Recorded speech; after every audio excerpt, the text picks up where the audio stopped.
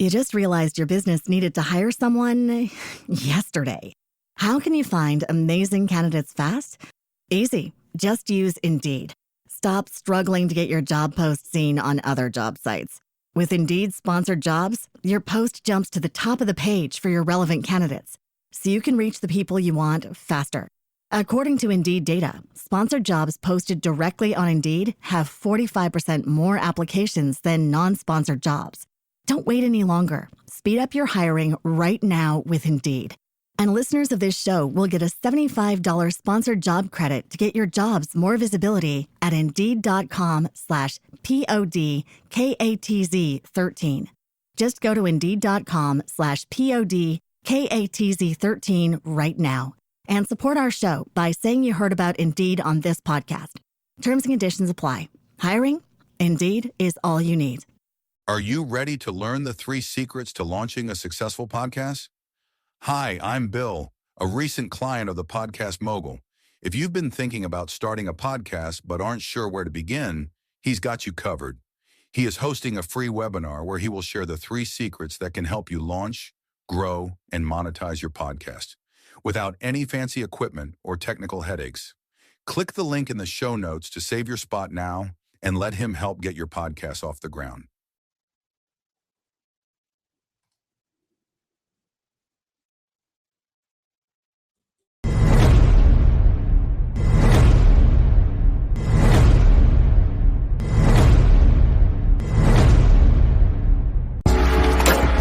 Welcome to Invest in Yourself, the Digital Entrepreneur Podcast. Join the Podcast Mogul Phil Better as he interviews successful entrepreneurs that make their living in the digital world. Now, let's join your host, Phil Better, and his special guest today on Invest in Yourself, the Digital Entrepreneur Podcast.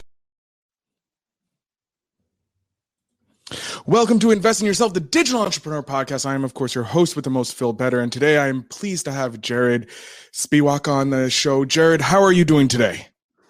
Yeah, can't complain. How about yourself? Doing excellent. Jarod, I know a little bit about you. You have your own digital marketing agency or boutique agency that helps exceptional businesses fuel their business growth. Why don't you introduce yourself? Tell us a bit more about your company, Comet Fuel, and how you got started. Give you the somewhat quick version, and then I'll let you dive deeper on anything you feel as though might be worthwhile.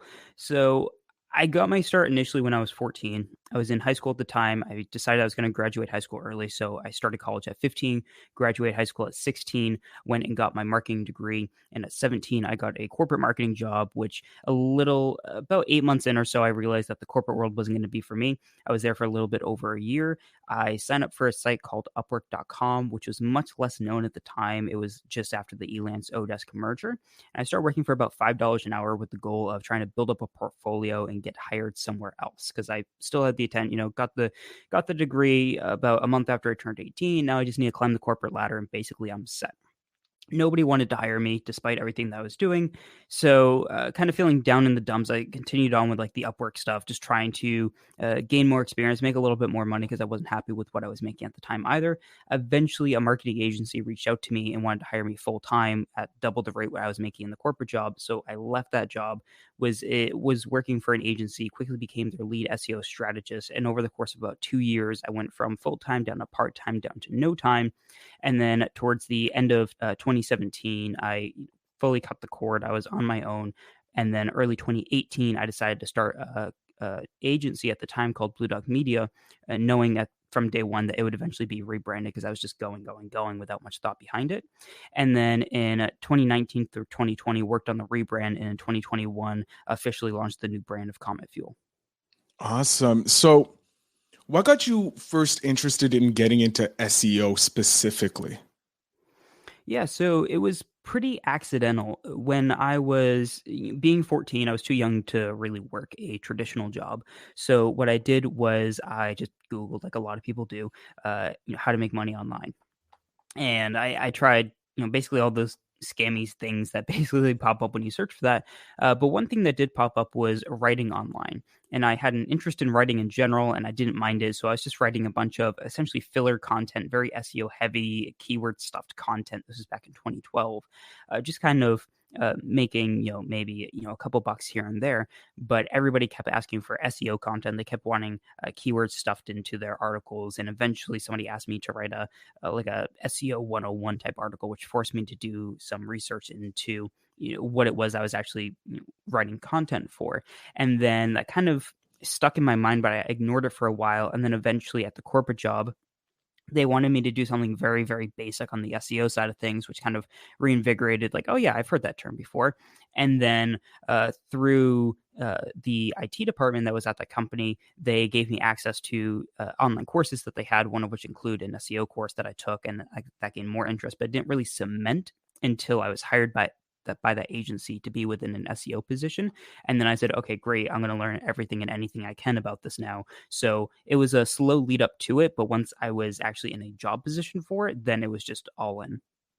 So you went from like most people go from the broad niche, they're just going digital marketing, and then you just streamlined all the way down the funnel into being the SEO person. For a time, yes. There's basically what I was doing at the time was law firm SEO. That was all I was really doing. But over time, what I tried to do was expand my overall SEO knowledge, which then included like, oh, here's stuff that's really only applicable to larger businesses or e-commerce businesses or B2B businesses or whatever it may be. And so I got to play around with a lot more. And then after a certain point, I started looking into Google Ads a little bit more. It was something that I kind of avoided. I was always telling people, it's not worth it. It's not worth it. And then I studied that pretty heavily for about 2 years before we officially started offering that as a service as well. And one of the reasons why we started looking beyond just a very traditional niche of like, oh, you work in just this one industry, just offer this one service, was that we started working with larger companies that essentially exclude us from working within particular industries for, depending on the situation, for potentially 4 or 5 years. Yeah, the NDAs and stuff like that as well. The non-complete clauses as well. Those simple things that make you, that big businesses like you to sign. So you touched on before when you left school early, which is a huge accomplishment. Congrats on that, and graduating university early as well. When you started your first job, you realized that it was quickly not what you wanted to do, right? What gave you the bite to become an entrepreneur in the digital world? Like what was it? Was there a moment, or what is your why? Like, why did you decide to jump onto your own world? Just because I thought it was more fun, to be honest. It's, that's mainly what I care about, is just enjoying what it is that I do. When I was working for the agency that I was working for about 2 years, I slowly became more and more involved with the leadership team. I had various ideas of where I wanted to see the business to go, that some of those ideas were just completely shot down, or it made it seem like that they just were bad ideas. And then I noticed that other businesses were implementing these ideas, not that they stole from me, they just happened to have the same thought process. And I was like, oh, so here's someone on one hand telling me that this is unrealistic, but here are essentially pseudo case studies of other businesses that to some extent validate that my ideas weren't a completely amiss. And so over time, I just started kind of thinking about all the ways about how I would do things differently. And what I started to realize is that I didn't really know any companies that did things the way that I did. Personally, I don't really care if I'm the number 1 or the number 5 in the company, as long as I'm just that person that's going to want to evolve it and be better. I could do all the same things I do now while still being an employee somewhere else, and there's no real difference to it. It would be the same exact thing, just the job title would be different. So what happened was the company I wanted to work for didn't exist. So I thought, okay, great. Well, then I'll just kind of build that. And it was a slow transition from working for an agency to getting more involved with freelancing on my own, to then having a lot of clients doing pretty well for myself on the freelancing side of things, and going, okay, great. Do I want to continue with the freelancing, or do I want to actually try and implement these ideas that I've been growing for the past couple of years? Yeah, I love that. I love how you were like, I like how this is doing, but I think we should do better. And then when you were getting shot down, you're like, fine, I'll do it myself. I'll build it and I'll make it the business I want. And I think a lot of the younger generation, like younger age millennials and the next generation, I think they're the Gen Zs, are doing that. They're realizing that the corporate world is too structured for the freedom of the ideas, and seeing how quickly smaller boutiques are moving. They're moving into that direction. Plus, the internet makes it really easy to make money online. Nowadays, back probably 10 years ago, it was a little harder. But yeah. So what are some of the tips you could have for someone, let's say, doing SEO, or let's say Google AdWords, you're saying or Google Ads. What are some key points, or maybe one or two tips that you can give someone, let's say a podcaster, if we're going to go through podcasting or just a simple business, to use to up their game?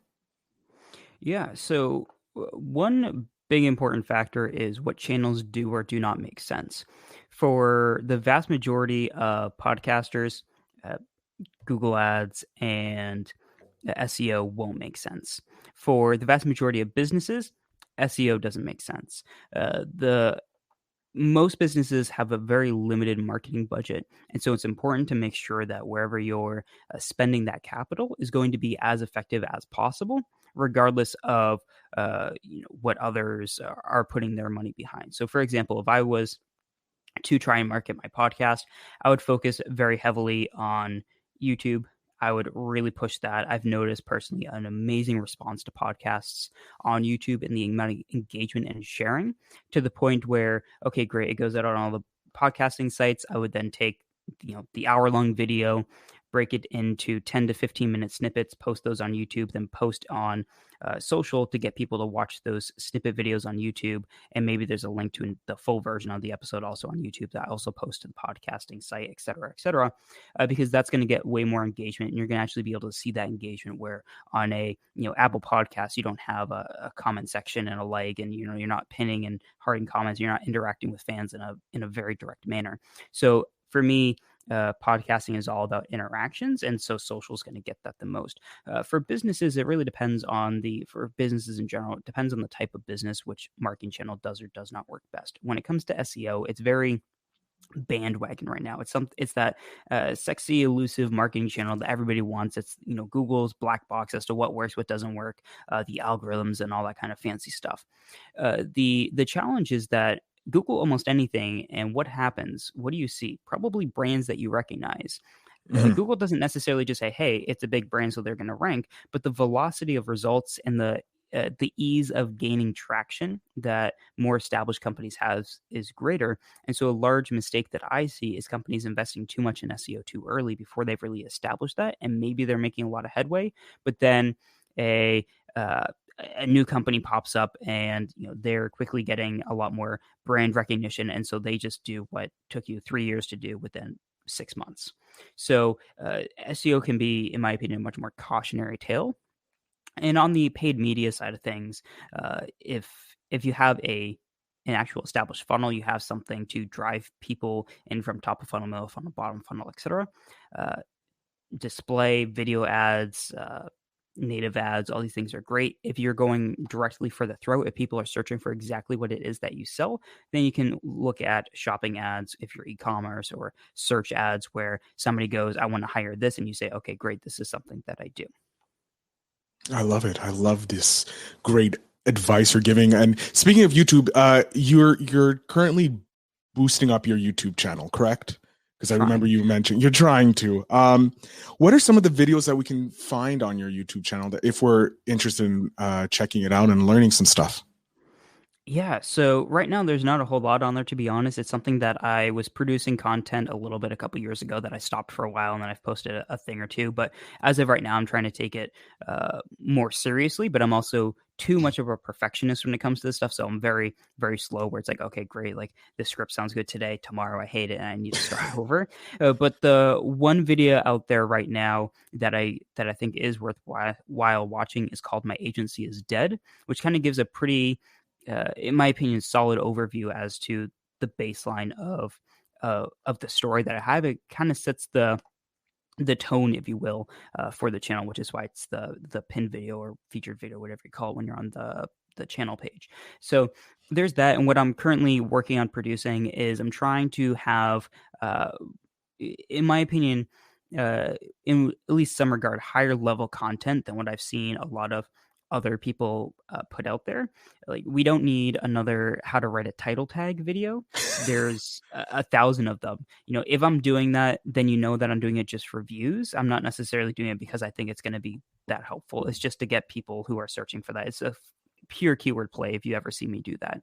What I am a lot more interested in is talking about how cash flow management works and how that can really kill a business, or how uh, the marketing industry loves talking about percentages and averages, but both of those are horrible metrics for just about anything, and how ROI is really overstated and volume is understated, because most people want volume over ROI. And when you see all these case studies that say, oh, 800% ROI, that's great. But if in order to hit that 800% ROI, that sounds like a high number, you were capped at spending $2,000 a month. Okay, great. That's 16 grand compared to you spending $300,000 a month with a 2x ROI. Okay, great. That's $600,000. I can do a lot more with 600 grand than I can do with 16 grand. And just these concepts that I talk about with clients, that I see that I get frustrated with when I talk with other business owners or other agency owners, and just putting my thoughts out there, that I literally have a Trello board with hundreds of content ideas that I've just never produced. So I'm going to slowly work my way through those.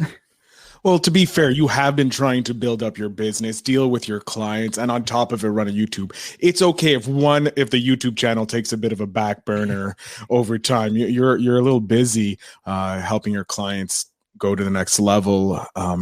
But I want to jump in and ask you, if someone, since you've had like a long period of time, since 2016 approximately, you've been in the world of digital marketing. What would you give to someone who's just starting? Like the advice for someone who's just about to say, you know what, I'm going to try being a digital marketer. What kind of advice would you have for them? Yeah. So the good news is that there is no barrier to entry within the industry, to the point where within the digital marketing space, if you look at you go on Indeed, Monster, etc., what you're going to see for any sort of marketing job is, oh, you have to have your MBA, you have to have your bachelor's, you need 4 to 6 years of experience, etc., etc. Most people I know in this space never went to college in the first place. They don't have degrees. Quite a few never even graduated high school. So on the digital side of things, especially if you go the agency route, the qualifications can be a lot lower, because a lot of what we do isn't really taught in these areas. It just moves way too fast, and I've had enough conversations with professors to know just how much bureaucracy there is to make a minor change to the curriculum, that over the course of a year there's way too many changes that nothing's ever going to be up to date with today. Now, so the good news is that it's very, very easy to get into the space. The bad news is that's also very, very easy to get into the space, and anybody can do it. And so the advantage is that most people are lazy, because a lot of businesses don't understand how it works, and so it's just very top level. And so all you really need to do is that the internet has democratized everything. YouTube, uh, Google are going to be your best friends. There are Facebook groups, there are Twitter communities, there are LinkedIn groups, most likely. There are, any sort of social platform, you'll find a community in which you can ask questions. There's plenty of content that you can engage with, and it's going to be less structured than necessarily a course that you can go out and buy for $2,000. And I'm not saying, hey, never go and do that. But if you're just starting off with the bare bones, just Google how does SEO work, and okay, great, here's a site. Okay, great, they link to other articles. I'm going to click on all these articles and read all the ones that they link to. And what are these sites in the first place? I'm going to read everything that these sites have put out. That's what I did when I got started. And when I was hired by an agency, it was originally as an on-page SEO with only a baseline SEO knowledge, but I really absorbed myself within it. And what happened was within 6 or so months, I was the lead SEO strategist, which meant that I was then responsible for everything. And that's primarily just because what I did was I joined every forum, I joined every Facebook group, I created a custom RSS feed just to keep up to date with every article that came out. And I would back read up to years. And anytime someone's like, oh, you need to do X, Y, and Z. Okay, great. Well, let's look at the opposite of that. And what happens if I don't do that? What happens if I do what everybody says you shouldn't do? And just really read and learn everything you can and test everything you can. It sounds simple because it is, but why most people don't do it is because it takes a lot of time. And the only people who really will do it are people who are incredibly engaged with what it is that they're doing. And if you're not incredibly engaged in it, then maybe you're not all that interested in it in the first place. Ooh, I love that. I love that little caveat at the end. If you're not really interested, you're probably not.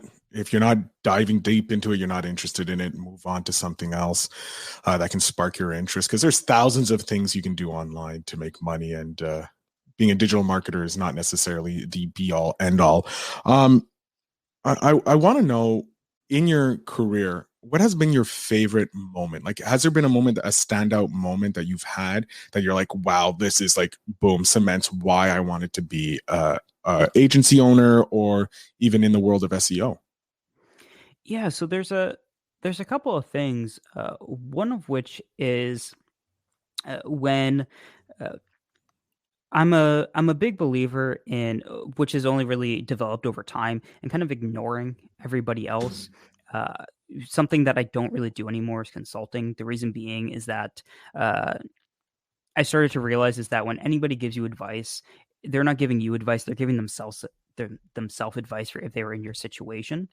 And so no matter how impactful or prominent that person is, the advice works for them more than it'll work for you most of the time. And so what I started to do was just kind of take my own path and just kind of ignore anybody who was telling me directly how to do things, but observing how others are doing things and realizing what was right for me, what wasn't. And one of those things was what I wanted to do was build something that was as sustainable as possible, but also that was as uh, that challenged me at the same time. So when I was faced with a position of, okay, great, we're doing 20,000 in monthly recurring revenue, but we're fully booked. It's really exhausting right now. The hours are ridiculous.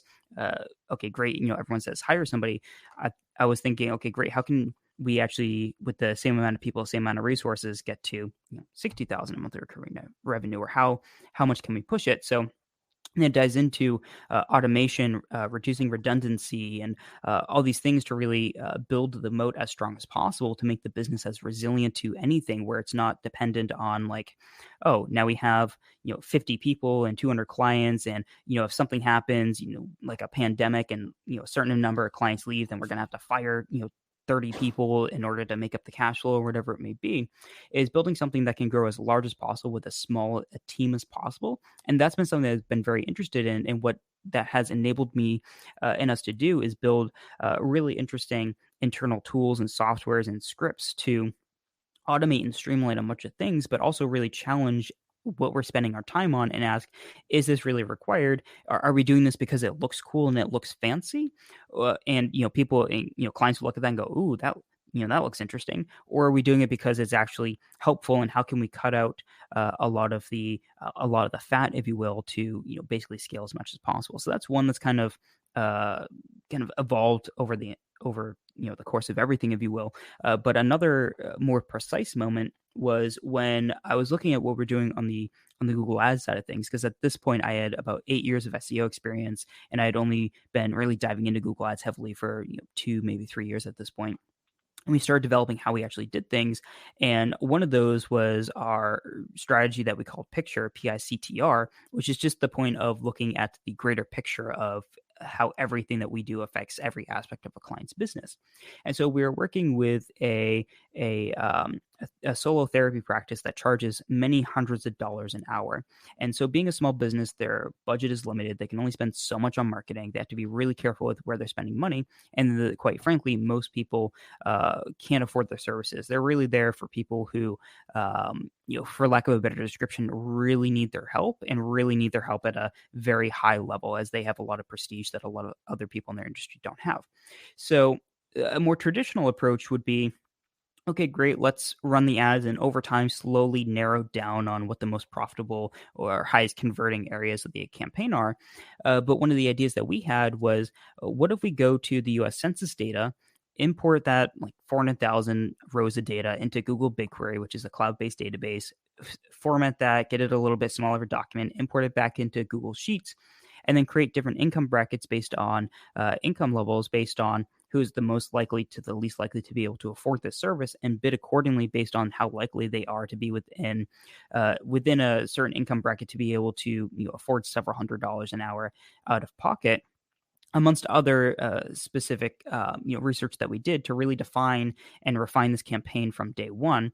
And basically from day one, it was night and day based on the quality of respondents that they were getting previously to after. And that was essentially something that, okay, great, this process that I spent so much time and thinking about, just basically immediately prove to myself that it's worth continuing to pursue. So wait, let me understand this, because there was a lot, and I just want to simplify it for the listeners and myself.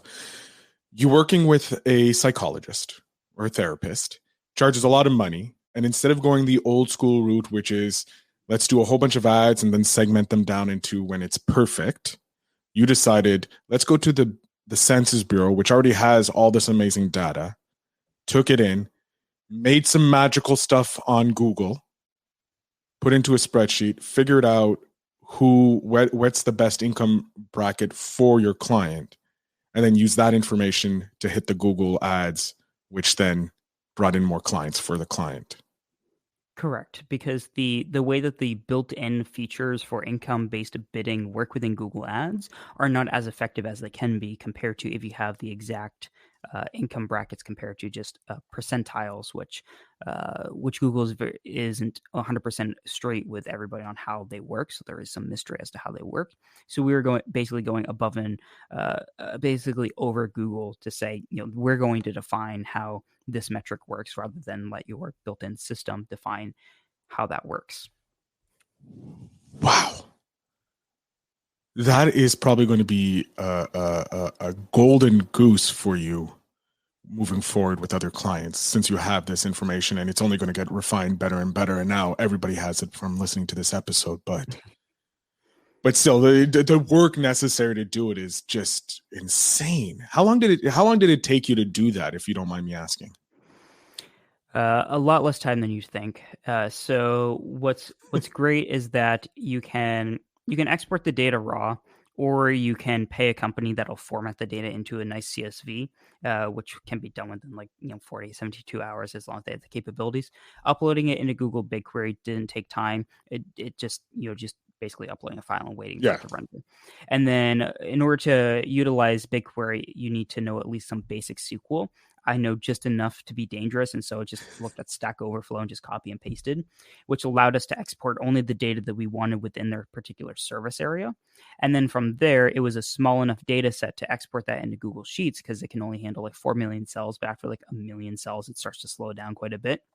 And so from there, we had I want to say 40, 50,000 different zip codes. And all we did was very basic query and VLOOKUP functions, and just saying, if it's between this income and that income, tell us how many people are within that range, as well as what percentage it is. And let's play around with those numbers until we feel as though we have roughly 4 good size different income brackets that we can use. And then we can go, okay, great. Then show me another query or VLOOKUP saying, okay, great, now show me everybody who makes between 100 and 150,000, export that, and then, okay, great, copy and paste that into the Google Ads editor, which is a software Google created that is much faster and easier to use than the Google Ads interface for getting the ads built. And then we just select all, add the bid that we want. And so there's a lot of automation / streamlining built into the process. The most complicated part of that process, in my opinion, is just downloading the raw data from the Census Bureau, because it's not built for you to just upload that into BigQuery and then just go do whatever you want with it. No, they're generally here's some information, have fun with it. We're not going to let you know. You figure out how to use it, and then they just move on because they have their systems that do all their stuff. That is just an amazing, out of the box thinking to solve a problem for a client. I'm amazed. I'm blown away by this, and just thinking, as you were saying, I'm okay, how can I use the Canadian census to help me for my clients in that? So thank you very much for providing that. I'm going to have to hire someone to do that, because it's a lot more work than I'm willing to do as a podcaster. But we are coming to the end here, and we're coming to what I like to call my favorite part of the show. It's getting your advice on books for beginners or entrepreneurs in the world. What are some books that you can suggest for entrepreneurs to start reading, so to start upping their game, getting ready to jump into the entrepreneurial world? Yeah, sure. So I have a very interesting relationship with books, which I personally only believe in situational reading, which means that until that book is applicable to me, it's just not worth reading. And some books can be incredibly dangerous if read too early because you may not actually understand, you might misinterpret the message. So, for example, a book that almost everybody knows is The 4 Hour Work Week. Yet, if you go listen to Tim Ferriss, he says that a lot of people misunderstood that to mean outsource everything to India and only work 4 hours a week because you leverage outsourcing to reduce your workflow and to get things off your plate that are less than your effective hourly rate is a lot less sexy as a title. Yes, Or that doesn't sound as sexy. yes. So like that's one that I've owned that I have not read yet because I've just seen it kind of steer people in a way that I think has been misinterpreted. So that's also something that I'm very careful about. But with that being said, a couple of books that I have found to be incredibly helpful for me, at least, was Profit First by Mike McAlevitz, something like that. I botched his last name, but I'm sure you'll be able to find it. That really helped us bring our net profit margins of the business from 25% to 40% within a year, maybe a little bit over than that, because what it did is create a very effective cash flow management system where, and if you listen to Mike, he says like most people don't just copy and paste what's in the book, but you can build something that's pretty straightforward pretty quickly. And it's probably been the most actionable book I've ever read. Another one is Tax-Free Wealth. I can't remember who it's by, but it is part of the Rich Dad Poor Dad series, which is Robert Kiyosaki's brand. So there's that. I would say those are some of the two books that I've found the most helpful. And then anything by Simon Sinek is good for the more thought-provoking stuff. So Simon Sinek has Start with Why, Find Your Why, Leaders Eat Last. He also has... There's another book that he's written that I can't remember off the top of my head, but I would say those are the ones that are the most memorable to me outside of there are various other ones that are very situational, like Zig Ziglar is very known on the sales side of stuff, but that might not be applicable to your business. True. No, I think those probably would be great, especially the Simon. I've heard him come up a few times in interviewing people, and they say that he's a great person. So again, just getting another entrepreneur like yourself reinforcing his message is always great. Jarod, I'm going to jump off. I'm going to let my audience know where they can find you, how they can connect with you, and if they need your services, how they can get that from you. So the floor is yours, sir. Awesome. So if you want to know more about what we do, you can go to cometfuel.com. Comet Fuel is a boutique strategy-first agency that helps exceptional businesses fuel business growth through Google Ads, PPC, and SEO without the typical agency BS. If you want to know more about me, you can connect with me on LinkedIn, or if you want to support what I'm doing on YouTube, find Jarod Spiewak, Jarod Spiewak on YouTube, and I appreciate any engagement there because as we talked about at the start, I am slowly trying to build that up. Excellent. Ladies and gentlemen, of course, I want to thank Jarod for being here and sharing his journey with Comet Fuel and his entrepreneurial journey with us. Please make sure you go check him out. The links will be in the show notes down below.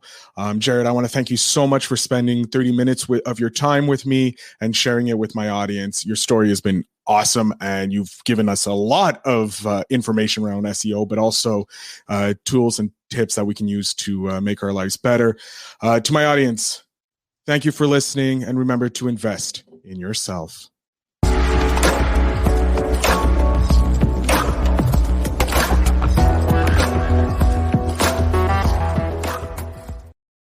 Thanks for tuning in.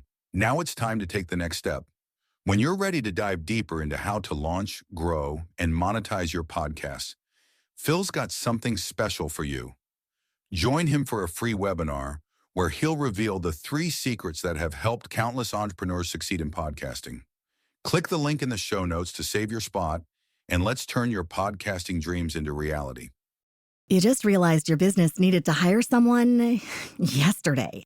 How can you find amazing candidates fast? Easy. Just use Indeed. Stop struggling to get your job post seen on other job sites. With Indeed sponsored jobs, your post jumps to the top of the page for your relevant candidates, so you can reach the people you want faster. According to Indeed data, sponsored jobs posted directly on Indeed have 45% more applications than non-sponsored jobs. Don't wait any longer. Speed up your hiring right now with Indeed. And listeners of this show will get a $75 sponsored job credit to get your jobs more visibility at Indeed.com/kidsandfamily. Just go to Indeed.com/kidsandfamily right now and support our show by saying you heard about Indeed on this podcast. Terms and conditions apply. Hiring? Indeed is all you need.